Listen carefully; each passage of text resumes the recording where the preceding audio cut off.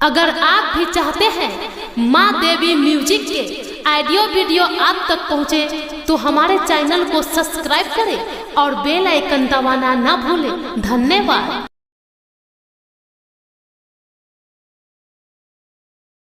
सुख सुखी थी।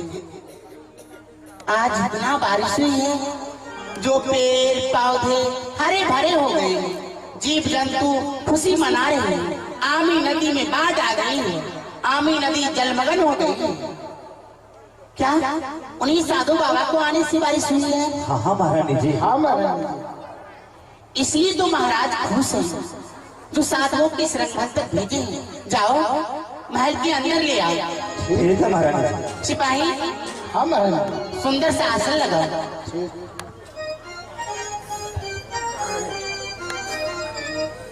जा महारानी जी, सिपाही, यही साधु बाबा है। प्रणाम महात्मा जी, आसन ग्रहण कीजिए। खुश रहो कमलावती रानी।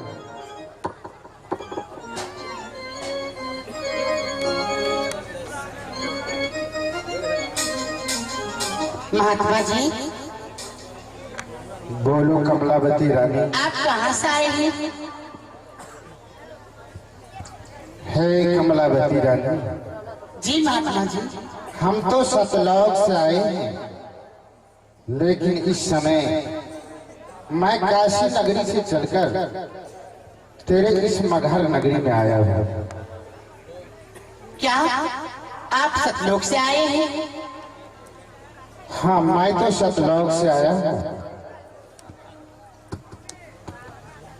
महात्मा जी, ये बारिश जो हुई है, ये बारिश आप करवाए हैं क्या? हे कमलावती रानी, जी महात्मा जी, बारिश मैं क्यों करवाऊंगा? यह सब तो प्रकृति का नियम है। कभी बारिश, कभी धूप, ये सारा चीज प्रकृति की देन है। महात्मा जी, आज से 12 बरस से मगहर में बारिश नहीं हो रही थी, अकाल पड़ी थी, यहाँ का भूमि बंजर हो चुकी थी। आप अपना पवित्र चरण इस मगहर के अंतर्गत रखे हैं। इतना बारिश हुई है जो पेड़ पौधे हरे भरे हो गए हैं, जीव जंतु खुशी मना रहे हैं। आमी नदी में बाढ़ आ गई है। सच बताइए, ये बारिश आप करवाए हैं क्या? हे कमलावती रानी, जी महात्मा, मैंने कहा ना कि बारिश मैं क्यों करवाऊंगा।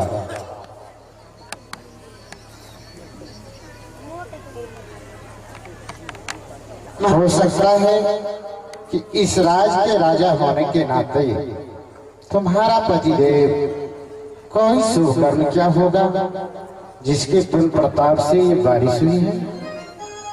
नहीं नहीं महात्मा जी, मेरे महाराज तो क्रोधित है, अहंकारी है, जो साधु संत पंडा पुजारी को रहने बिल्कुल को नहीं जानते हैं। साधु संत पंडा पुजारी को सिपाहियों द्वारा राज दरबार में बुला के यही प्रश्न करते थे कि मगहर के अंतर्गत 12 बरस से बारिश नहीं हो रहा। तुम लोग साधना आराधना करते हो, ईश्वर परमात्मा को नाम लेते हो, तो अपना शक्ति के बल से बारिश करवाओ। नहीं प्रश्न के उत्तर देने पर, नहीं बारिश करवाने पर उसे काल आकर में बंद कर देते थे। आप कह रहे हैं कि तुम्हारे महाराज कोई शुभ कर्म किया होगा, उन्हीं को पुण्य प्रताप से बारिश हुई है। नहीं संत जी, लेकिन संत जी एक बात बताइए ना, 12 बरस से मगहर में क्यों नहीं बारिश हो रही थी? ऐसा क्यों संत जी जो अकाल पड़ी हुई थी? हे कमलावती रानी, जी, यह 12 बरस पूर्व की बात है। तेरे मगहर नगरी में एक साधु आया था। साधुओं के साथ बहुत बड़ी ठिठौली किया गया। साधु के लाख लाख विनय करने पर भी यहाँ के लोग साधुओं के साथ मजाक करता ही गया।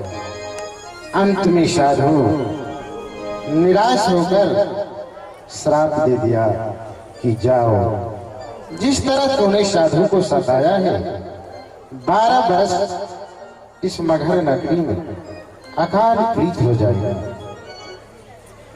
इसलिए बारिश नहीं हो रही थी। हाँ कमलावती रानी, इसीलिए बारिश नहीं हो रहा था। महात्मा जी, आपसे मेरे महाराज इतना खुश हैं जो सिपाहियों द्वारा आपको इस रंगमहल तक भेजे हैं और सिपाहियों कहे हैं जाओ सिपाही महारानी कमलावती से कहना कि अच्छा से भोजन करा के बस और इनाम देके विदा करने के लिए आप आदेश दीजिए, मैं आपके लिए क्या भोजन बना के ले आऊं। हे कमलावती रानी जी, मैं तो भोजन नहीं करता हूँ। यह भोजन 5 तत्वों से बना हुआ शरीर का है और मुझमें 5 तत्व 25 प्रकृति और 3 गुण का अभिप्राय नहीं है, इसलिए मैं भोजन नहीं करता हूँ। महात्मा जी, ऐसा तो हो ही नहीं सकता है। जो मनुष्य भोजन नहीं करेगा तो जीवित कैसे रह सकता है? कुछ तो आहार करते ही होंगे। हे कमलावती रानी जी, मैं कुछ नहीं आहार करता हूँ। मेरा भोजन नाम अर्थात शब्द है जो संसार में किसी के पास नहीं है। महात्मा जी, ये मैं कैसे मान लूंगी, क्योंकि ये तो अंजल की काया है। जो भोजन न करे वो जीवित कैसे रह सकता है? क्योंकि अगर आप भोजन नहीं करते हैं तो फल तो खाते होंगे, आपके लिए फल ले आते हैं। हे कमलावती रानी जी, मुझे अंजल की काया नहीं है। तुम जो मुझे कह रहे हो कि आप अंजल नहीं ग्रहण करते हैं तो मैं आपके लिए फल ले आता हूँ। मैंने कहा कि मैं कुछ नहीं आहार करता हूँ। ये पाप तत्व से बना हुआ आपको शरीर नहीं है? नहीं ये हार मांस का आपका बदन नहीं है? नहीं। इसका मतलब आप देखने में ऐसा लगते हैं? हाँ, मैं तुझे देखने में ऐसा लग रहा हूँ। महात्मा जी, पानी से पैदा नहीं सोसाना राही शरीर,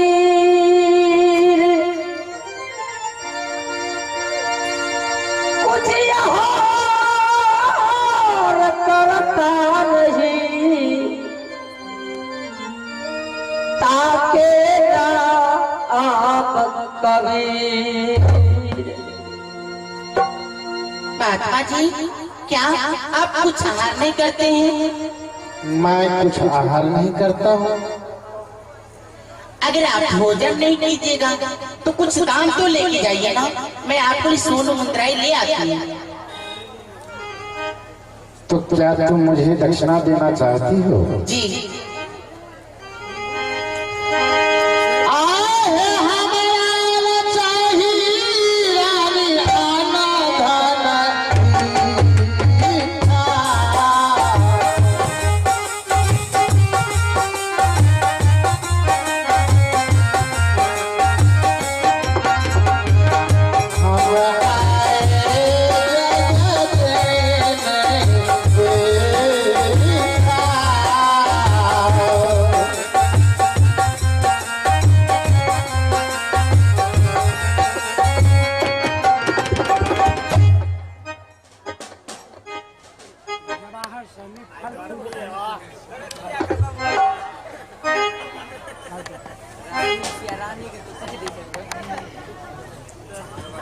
आइए जवाहर साहनी की तरफ से आया दान स्वरूप 11 रुपया जो साहेब का भोजन कराने फल फूल खाने के लिए दिए, उन दानियों को सदगुरु समाज जी करेंगे सदा सुखित रखे। हे कमलावती रानी, जी महात्मा जी। तुम संसार की साधु जैसे मुझे मत समझो। मैं तो जनमानस के कल्याण हेतु इस संसार में पदार्पण किया हूँ। तुम जो मुझे दक्षिणा देना चाहती हो, इसकी आवश्यकता मुझे नहीं पड़ता है। यह तुम दूसरे संतों में बांट देना। महात्मा जी, इस घर के अंतर्गत जो साधु आते थे, नहीं दान देने पर फिर भी दान मांग के लेते थे। मैं आपको दान दे रही हूँ, आप दान लेने से इनकार क्यों करते हैं? आइए ब्रह्म देवी साहब की तरफ से यह दृश्य पर खुश होकर के 51 रुपये प्रदान किए। सदगुरु उन दानियों को सदा सुखी रखे। इसी प्रकार हम लोग को कलाकार का हौसला बुलंद करते रहे। साहिब की साहिब, मैंने कहा न कमलावती रानी कि मुझे इसकी आवश्यकता पड़ता ही नहीं है। मैं दान लेकर क्या करूंगा?